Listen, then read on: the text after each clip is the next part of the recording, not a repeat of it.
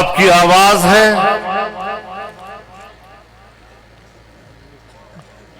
آپ کے حقوق کی آواز ہے۔ پاکستان میں اسلام کی سربلندی، انسانی حقوق کا تحفظ اور خوشحال معیشت، یہ ہمارا بنیادی ہدف رہا ہے، یہ ہمارے منشور کی اساس رہا ہے۔ اور آج جب اس ملک میں سب سے پہلے سیاسی عدم استحکام پیدا کیا گیا، سیاسی افراتفری ملک میں پیدا کی گئی، اور پھر جب 2018 میں دھاندلی کے ذریعے ایک جعلی حکومت ملک پر مسلط کی گئی، اس کے نتیجے میں معاشی عدم استحکام آیا۔ پاکستان پوری دنیا میں نہیں، اس خطے میں بھی ڈوب گیا۔ معیشت کی کشتی غرقاب ہونے لگی، اور پھر پاکستان کو بچانے کا مسئلہ پیدا ہوا۔ آج آپ دیکھ رہے ہیں، شاید آپ کو اس کا احساس نہ ہو، لیکن ہم ایک بڑے بحران سے نکلے ہیں۔ سیاسی عدم استحکام کے بعد معاشی عدم استحکام، اور پھر آپ کے دفاعی نظام کو کمزور کیا گیا۔ ہماری دفاعی قوت پاکستان کی تاریخ میں منقسم نظر آئی۔ آج ہم اس بحران سے بھی نکل چکے ہیں۔ آپ اندازہ نہیں لگا سکتے کہ ہم نے در حقیقت ریاست پاکستان کی بقا، اس کی سالمیت اور اس کی حفاظت کی جنگ لڑی ہے، اور آپ کی دعاؤں سے ہم نے اس جعلی اقتدار کا بھی خاتمہ کیا، اور پاکستان کو معاشی بنیاد پر بھی ایک کامیاب سفر پر روانہ کر دیا۔ وہ پاکستان جو آئی ایم ایف میں اور بین الاقوامی مالیاتی اداروں میں بلیک لسٹ ہونے کے کنارے کھڑا تھا، دیوالیہ ہونے کے کنارے کھڑا تھا، اور ممکن تھا کہ عنقریب آپ کو دنیا میں مالیاتی لحاظ سے بلیک لسٹ قرار دے دیا جاتا، دیوالیہ قرار دے دیا جاتا، نہ کوئی ملک آپ کو قرضہ دیتا، نہ آپ کو کوئی امداد دیتا، اور افریقہ کے غیر گزرے صحرائی ملک کی طرح پاکستان کی حیثیت بن جاتی۔ لیکن آج ان 6 مہینوں میں، گزشتہ 6 مہینوں میں، پاکستان گرے لسٹ سے واپس بین الاقوامی اداروں نے اس کو وائٹ لسٹ میں تبدیل کر دیا ہے۔ ہماری حالت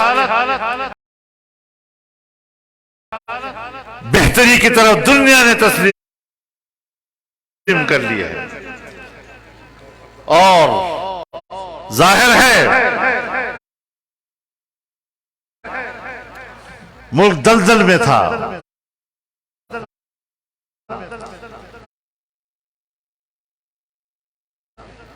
دلدل سے نکلنا مشکل کام ہے، کوئی آسان کام نہیں ہے۔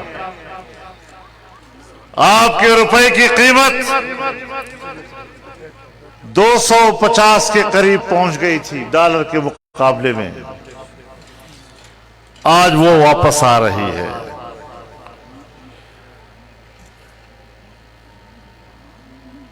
سرمایہ کاری کا راستہ بند ہو گیا تھا۔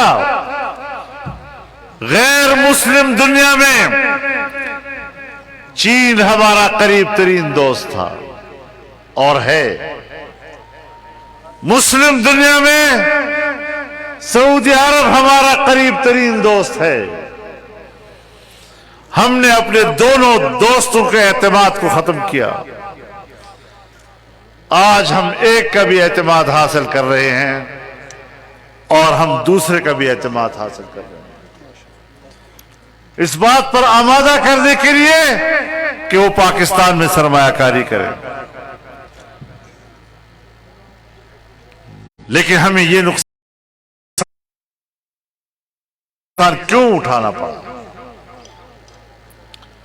آپ نے دیکھا، آپ ہی تو راستہ ہیں، ہزارہ ہی تو راستہ ہے اس عظیم شاہراہ کا جس کو ہم شاہراہ ریشم کہا کرتے تھے، اور آج ہم اس کو سی پیک کہہ رہے ہیں، ایک بین الاقوامی تجارتی شاہراہ جس کے لیے ہم نے 20 سال محنت کی، اور جب ہم قریب پہنچ گئے کہ پاکستان میں سرمایہ کاری کا آغاز ہو، جب 2014 میں چین کا صدر ایک میگا پیکج کے ساتھ پاکستان آ رہا تھا تو اسلام آباد میں 126 دن کا دھرنا دے کر انہوں نے چین کے صدر کا راستہ روکا اور پاکستان کے اندر ایک بڑی سرمایہ کاری کو مؤخر کر دیا۔ آج انہوں نے لانگ مارچ کے فیصلے کیے۔ کیا لانگ مارچ ہے؟ روزانہ ایک فرلانگ چلتے ہیں اور اس کو نام دیتے ہیں لانگ مارچ کا۔ فرلانگ مارچ ہے جی، ابھی میرے مولوی صاحب کہہ رہے ہیں لنگڑا مارچ ہے۔ اب آپ بتائیں، آگے ہو رہے ہیں تو پیچھے ہو رہے ہیں، تو آ رہے ہیں تو پھر نہیں آ رہے، اور جو ہی سعودی عرب کے ولی عہد نے 21 نومبر کو اسلام آباد اترنے کا اعلان کیا تو انہوں نے بھی کہا کہ ہم 21 نومبر کو اسلام آباد میں داخل ہوں گے۔ نتیجہ یہ ہوگا کہ انہوں نے اپنا دورہ منسوخ کر دیا۔ کیا کیا نقصانات انہوں نے پاکستان کو نہیں پہنچائے؟ کون سا موقع ہے جب اس وطن عزیز پر ان کو ضرب لگانے کا موقع ملا اور انہوں نے نہیں لگایا؟ اعتراض کرتے ہو پی ڈی ایم کی حکومت میں، بالکل آپ کو حق ہے۔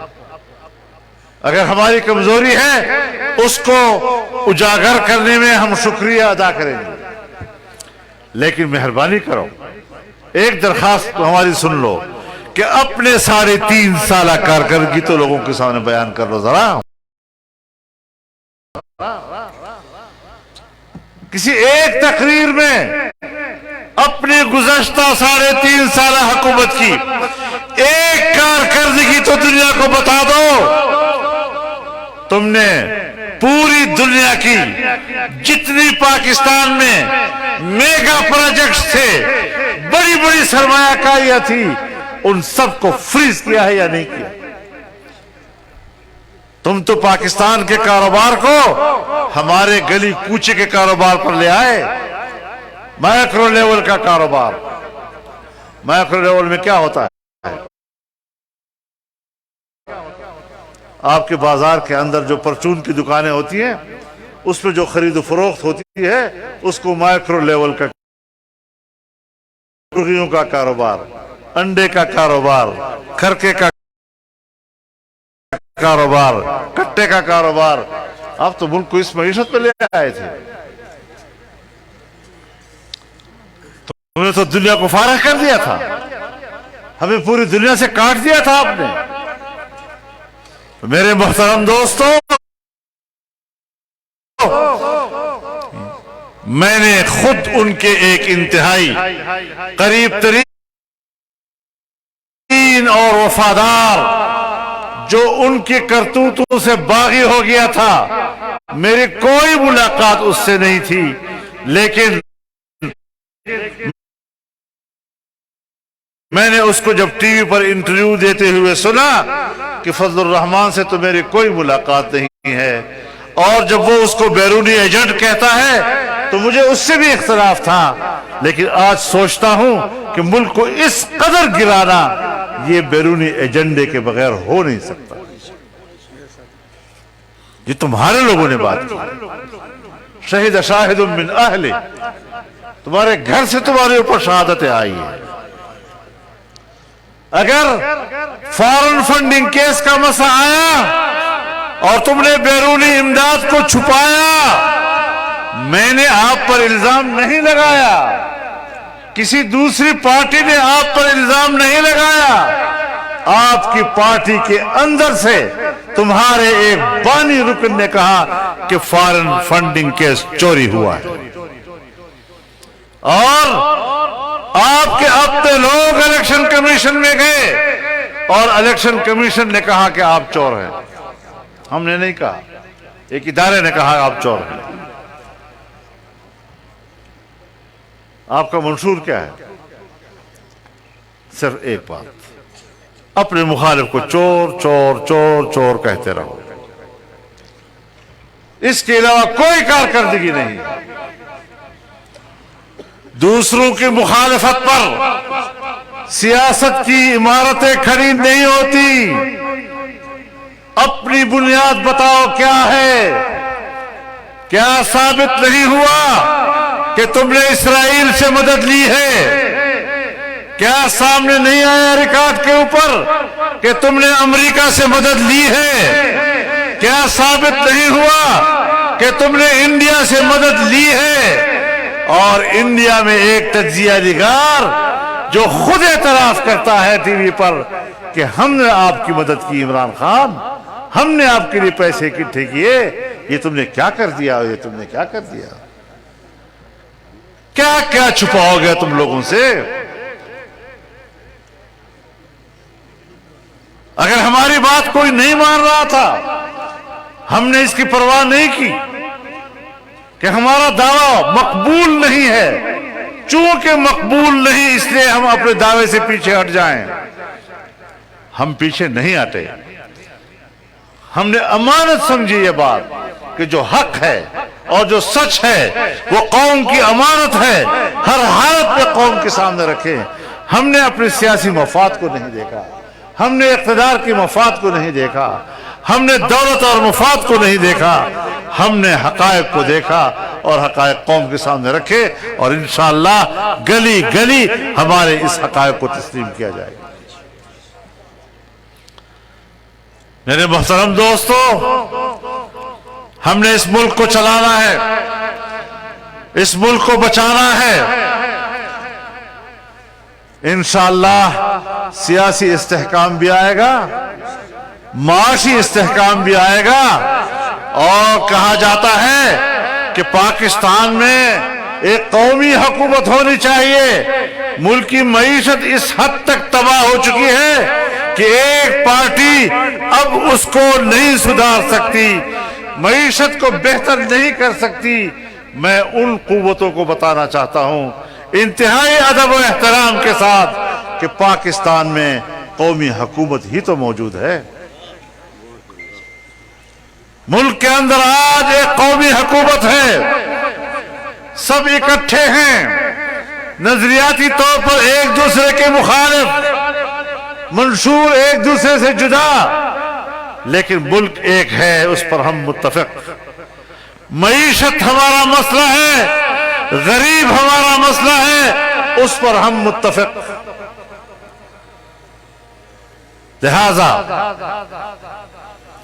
اس قومی حکومت میں اگر نہیں ہے کوئی تو وہ ایک ہی نہیں ہے جو اس سارے گند کا ذمہ دار ہے، جو اس ساری تباہی کا ذمہ دار ہے. ایک عمارت کی تخریب کرنے والا، اس کو عمارت کی تعمیر میں حصہ نہیں دیا جا سکتا. لہذا آج ایک قومی سوچ کے ساتھ ملک آگے بڑھ رہا ہے، اور اسی قومی سوچ کی برکت ہے کہ پاکستان کی دفاعی قوت تنازع سے بچ گئی، ایک متفقہ قیادت دوبارہ وجود میں آ گئی۔ پاکستان کی دفاعی قوت پاکستان کی بقا کے لیے آخری حصار ہے۔ میری پارٹی میں کوئی نہ رہے، کچھ لوگ چلے جائیں، ہم برداشت کر لیں گے، لیکن ہمیں اپنی فوجی قیادت سے ہزار اختلاف کے باوجود ہم اس کو پاکستان کا آخری حصار سمجھتے ہیں۔ ہم ان کے توڑنے اور اب باہمی تقسیم کو برداشت نہیں کر سکتے۔ اختلاف رائے کریں گے، اختلاف رائے کیا ہے، بڑی جرات کے ساتھ کیا ہے۔ ہم جیسے جرات کے ساتھ موقف پیش نہیں کیا جا سکتا۔ ہم نے امریکہ کے خلاف بات کی، ان کی سیاست کے خلاف بات کی، افغانستان میں اس کی جارحیت کے خلاف بات کی۔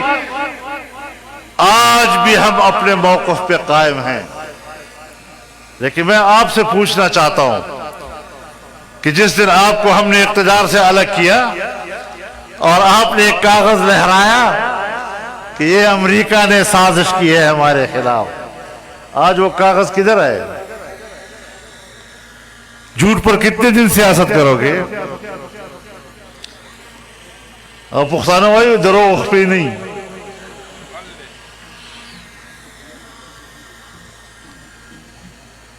میں ماں خلاف سازش شوئے دا چاہ کڑے دا پتہ نشتا اس وہی دا خبر پرے دے بڑا دا یہ رکھے دا پرے دے اوہ تیرہ شوار آگا امریکہ چھ ماں خلاف سازش کرو اگے سر روگا گوارم اور کہ ماں کو مطلق زبردست دوستی رو دا ماں امریکہ سے رہی سہار یو خبرہ ماں خام بلا خبرہ ماں ذکر بلا خبرہ بیا چې سحر کیږي بیا بله خبره بیا ماښام بله خبره او دا قمقلانې داسې خیاوري و یا بیا دې سره څه چلو د دغو حالاتو مقابله ایک یوه خبره ده ثابت قدمي هغه خبره کوئ چې تا پې اطمینان وي چې زه رښتیا وایم او بیا سړی ټولې دنیا ته غل وایه او غل او غل او غل او غل او په خپله ادارې درته ووایي چې توشه خانې کې دې ګړۍ پټې کړي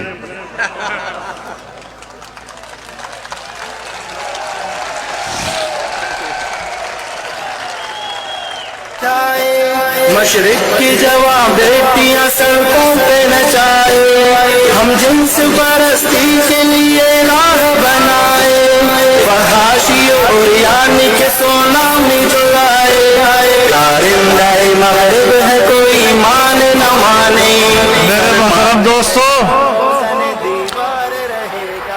دوسروں کو چور کہنے والا اپنے توشہ خانے سے بادشاہوں کے دیے ہوئے تحفے چوری کرتا ہے گھڑیاں چوری کرتا ہے میں تو الزام نہیں لگا رہا ہوں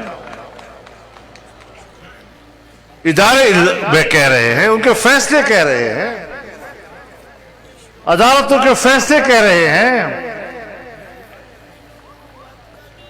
تو سب کچھ سامنے آئے گا ہم تو انسان ہیں نا ذرا کچھ انسان جلد باز پیدا ہوا ہے اور انتظار زیادہ نہیں کر سکتا لیکن اللہ رب العالمین اپنے حساب سے وقت کو فیصلے کرتا ہے ان اللہ بالغ امرہ قد جعل اللہ لکل شیء قدرا اللہ تعالیٰ اپنے اندازے کے مطابق فیصلے کرتا ہے وقت آ گیا ہے کہ حقائق سامنے آ رہے ہیں تو دوسروں پہ الزام مت لگاؤ اپنی کارکردگی دکھاؤ تمہارے 3.5 سال کارکردگی کیا ہے اس پر بات کرو کبھی اگر ہمت ہے تو آؤ میدان میں لیکن میرے محترم دوستو جمعیت علماء اسلام اس حکومت کا حصہ ہے تاکہ ملک کو بحران سے نکالنے میں ہم کردار ادا کر سکیں، اور الحمدللہ آپ لوگ قائدانہ کردار ادا کر رہے ہیں۔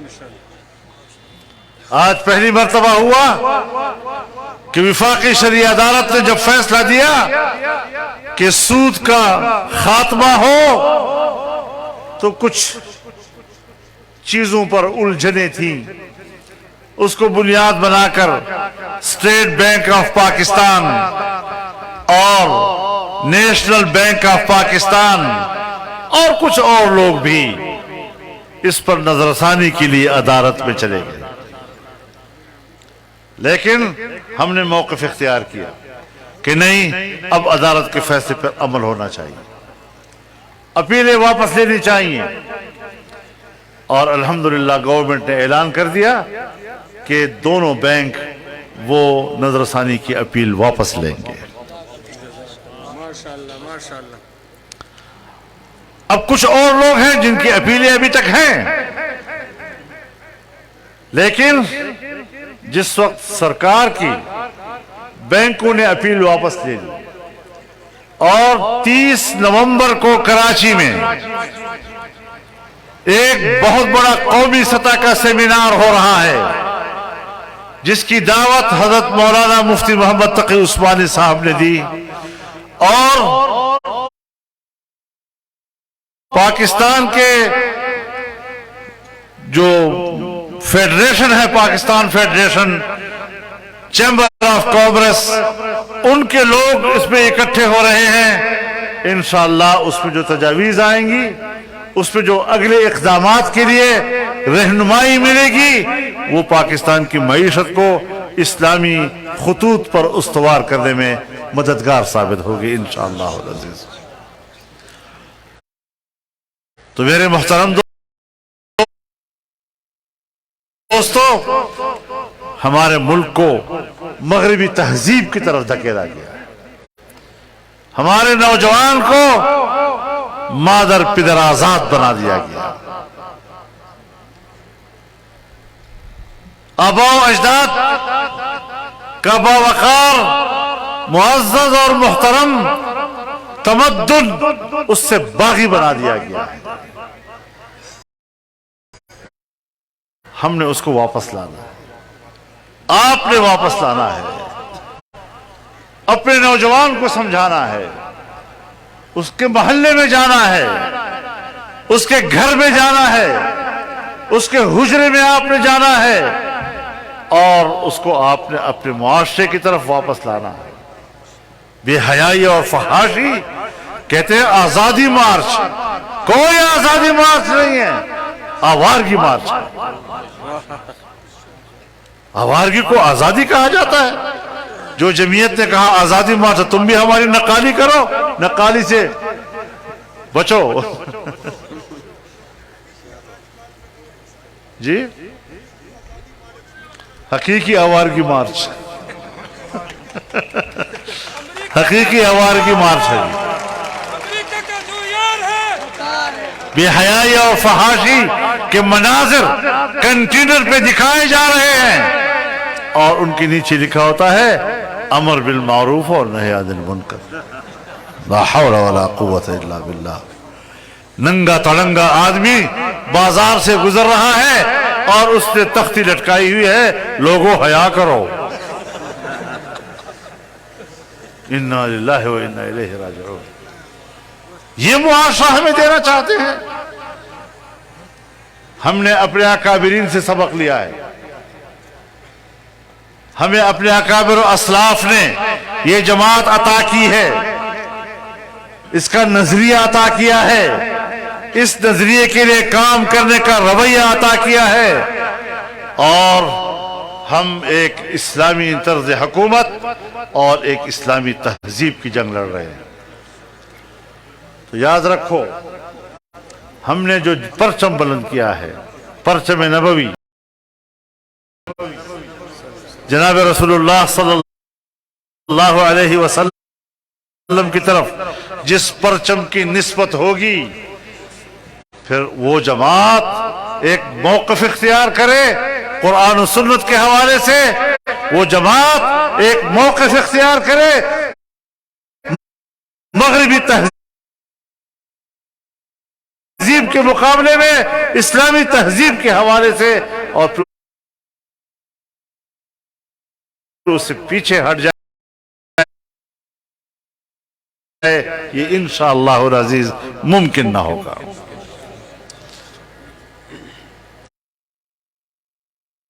باقی ملک ہمارا ہے۔ اگر گاؤں میں کسی کے گھر پہ آگ لگ جائے تو کسی نے نہیں پوچھنا کہ یہ جمعیت والے کے گھر پہ لگی ہے، پیپلز پارٹی والے پہ لگی ہے، پی ٹی آئی والے پہ لگی ہے۔ سارا گاؤں اٹھتا ہے اور اس آگ کو بجھاتا ہے۔ آج پاکستان کی تمام سیاسی جماعتیں ایک پلیٹ فارم پر متحد ہیں، ایک حکومت میں شامل ہیں، اور اس ملک کو ہم نے بچانا ہے، اس کو آگے ترقی کی طرف ہم نے لے جانا ہے، اس کے تحفظ کے لیے ہم نے قربانیاں دینی ہے، اور انشاءاللہ العزیز ہم کامیابی کی طرف جا رہے ہیں۔ ہم نے اقتدار کا بھی خاتمہ کیا، ہم ان کی جو چھوٹی موٹی ہلچل ہے اس کا بھی خاتمہ کریں گے انشاءاللہ۔ ایسا سیلاب لانا ہے کہ تنکے کو بھی بہا کر لے جائے، نشان نہیں چھوڑنا ان کا، انشاءاللہ، اور اس ملک سے وفاداری کرنی ہے، اپنے عقیدے اور نظریے سے وفاداری کرنی ہے۔ ہم پاکستان میں اسرائیل کے ایجنڈے کو کامیاب نہیں ہونے دیں گے، ہم پاکستان میں قادیان کے عقیدے اور نظریے کو کامیاب نہیں ہونے دیں گے۔ یہ ایجنڈا فیل ہو چکا ہے، اور میں آپ کو مبارکباد دیتا ہوں کہ یہ ایجنڈا جمعیت علماء اسلام کی قیادت اور اس کے پرچم تلے قوم کی تائید کے ساتھ اور اللہ کی مدد کے ساتھ ناکام ہوا ہے انشاءاللہ۔ کلچر کا یہاں جال بچھائے، مشرق کی جواب چاہتے ہو کہ پاکستان ہو اور اس میں اسرائیل کو تسلیم کر کے یہاں اسرائیل کا پرچم بلند کیا جائے، تمہاری مت ماری ہوئی ہے، تمہاری عقل کہاں چلی گئی ہے؟ تمہیں یہودیوں کا فکر ہے، تمہیں صہیونیوں کا فکر ہے، تمہیں اسرائیل کا فکر ہے، تمہیں فلسطین کا فکر کیوں نہیں؟ تمہیں فلسطینی مسلمانوں کا فکر کیوں نہیں؟ تمہیں فلسطین کی آزادی کا فکر کیوں نہیں؟ موضوع کیوں تبدیل کر دیا؟ ہمارا موضوع ایک ہی ہے کہ سرزمین فلسطین اہل فلسطین کی ہے، ہمارے مسلمان بھائیوں کی ہے۔ مسجد اقصی اس پر پہلا حق مسلمانوں کا ہے۔ اگر کوئی کہتا ہے کہ مسجد اقصی پر حق یہودیوں کا ہے، پرلے درجے کا جاہل ہے، اس سے بڑا کوئی جاہل اور ہو نہیں سکتا۔ یہ نظریہ باطل ہے۔ اسلامی تاریخ اس پر گواہ ہے۔ اگر اس پر یہودیوں کا حق ہے، حضرت عمر کو کیا پڑی تھی کہ انہوں نے جا کر بیت المقدس کو فتح کیا؟ اگر اس پر یہودیوں کا حق ہے، صلاح الدین ایوبی کو کیا پڑی تھی کہ انہوں نے جا کر بیت المقدس پہ قبضہ کیا اور فتح کیا اس کو؟ تو ہماری تاریخ یہ ہمارے پاس ہمارا ورثہ ہے۔ اب ہم نے اس کا تحفظ کرنا ہے، اپنی تہذیب کا تحفظ کرنا ہے، اپنی تاریخ کا تحفظ کرنا ہے۔ آزادی مت کرو، آزادی کی بات وہ کرے، آزادی کی بات کرنا ان کا حق ہے جن کا سلسلہ نسب شاہ ولی اللہ سے ملتا ہو۔ آزادی کی بات کرنے کا حق ان لوگوں کو حاصل ہے جس کا شرح نسب شہدائے بالاکوٹ سے ملتا ہو۔ آزادی کی بات کرنے کا حق ان کو حاصل ہے جو شاہ عبدالعزیز رحمہ اللہ سے اپنی نسبت رکھتے ہیں۔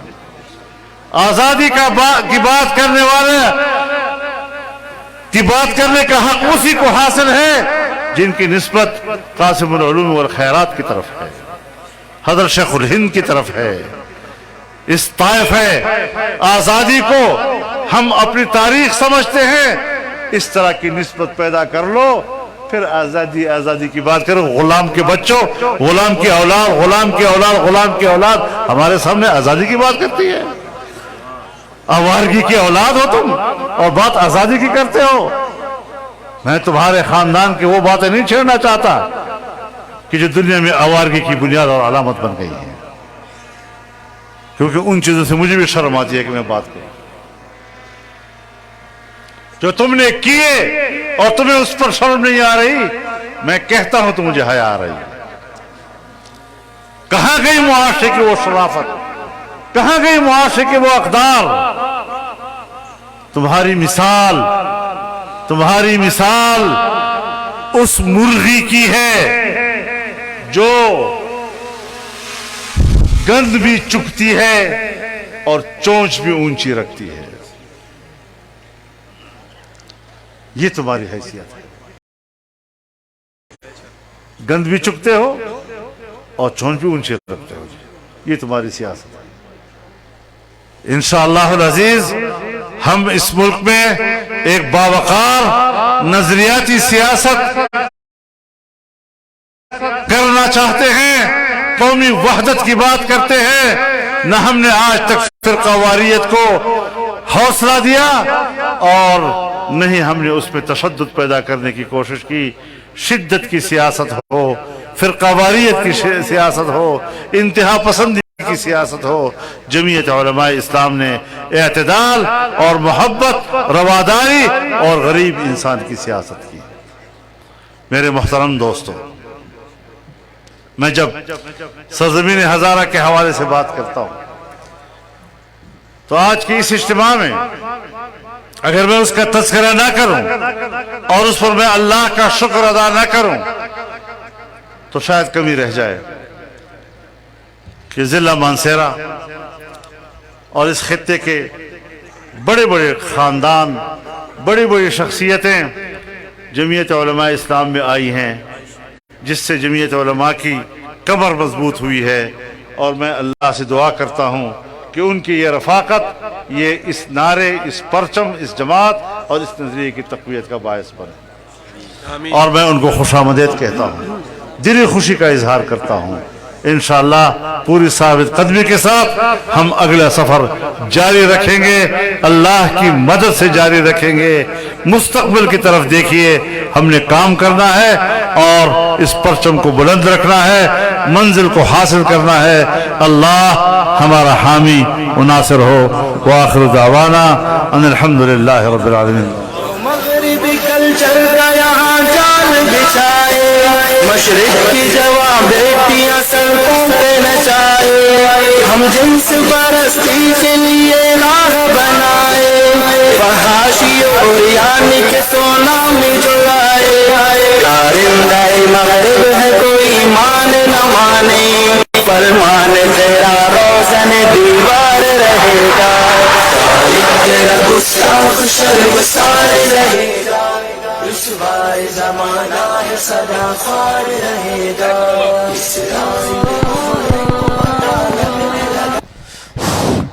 الحمدللہ رب العالمین والعاقبۃ للمتقین والصلاة والسلام على سید الانبیاء والمرسلین. ربنا تقبل منا انک انت السمیع العلیم وتب علینا انک انت التواب الرحیم. اے اللہ اس اجتماع کو قبول و منظور فرما. اے اللہ جتنے مسلمان بھی یہاں تشریف لائے اللہ سب کو جزائے خیر عطا فرما. اے اللہ تمام علماء کی حفاظت فرما. اے اللہ بالخصوص قائد ملت اسلامیہ مولانا فضل الرحمان صاحب کی یا اللہ حفاظت فرما. اے اللہ اس ملک کو امن اور سلامتی کا گہوارہ بنا. اے اللہ یہاں قرآن اور سنت کا قانون نافذ فرما دے. وصلی اللہ تعالی علی خیر خلقہ محمد وعلی آلہ واصحابہ اجمعین. آمین آمین برحمتک. تمام ساتھی درود شریف پڑھتے رہے اور جائے استغفار بھی پڑھتے رہے.